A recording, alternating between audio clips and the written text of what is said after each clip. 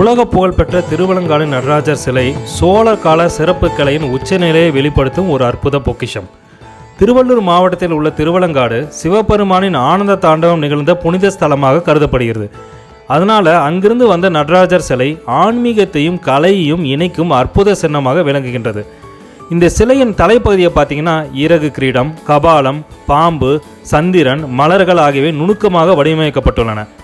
9ஆம் நூற்றாண்டு முதல் 13ஆம் நூற்றாண்டு வரை சோழர்கள் வெண்கல சிற்பங்களில் உச்சத்தை எட்டினார்கள்.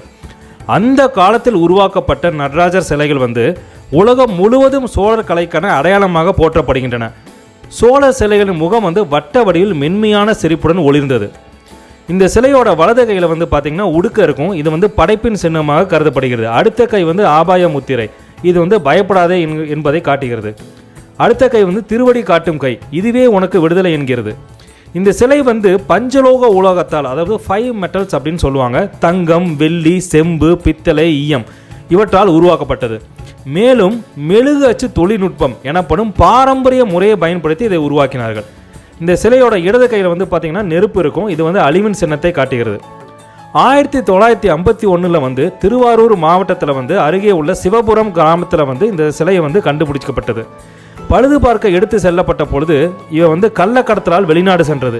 பிறகு கலிபோர்னியாவில் இருக்க ஒரு மியூசியத்தில் கண்டுபிடிச்சாங்க. இந்த சம்பவம் உலகம் முழுவதும் பெரும் விவாதத்தை ஏற்படுத்தியது.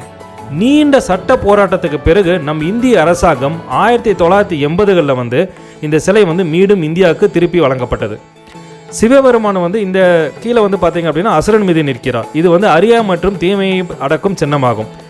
11ஆம் நூற்றாண்டில் இவ்வளவு பெரிய வெண்கல சிலை ஒரே காலில் சமநிலையுடன் நிற்க வைத்தார்கள் என்பது இன்றும் நவீன அறிவியலுக்கே புரியாத புதிராக உள்ளது. உலகம் முழுவதும் பார்த்தீங்கன்னா ஓவிய கலையில் மோனலிசா உயர்ந்த படைப்பாக போற்றப்படுகிறது. அதுபோல வெண்கல சிற்பங்களில் திருவலங்காடு நடராஜர் சிலை வெண்கலங்களின் அரசன், தி கிங் ஆஃப் பிரான்ஸ் என்று போற்றப்படுகிறது.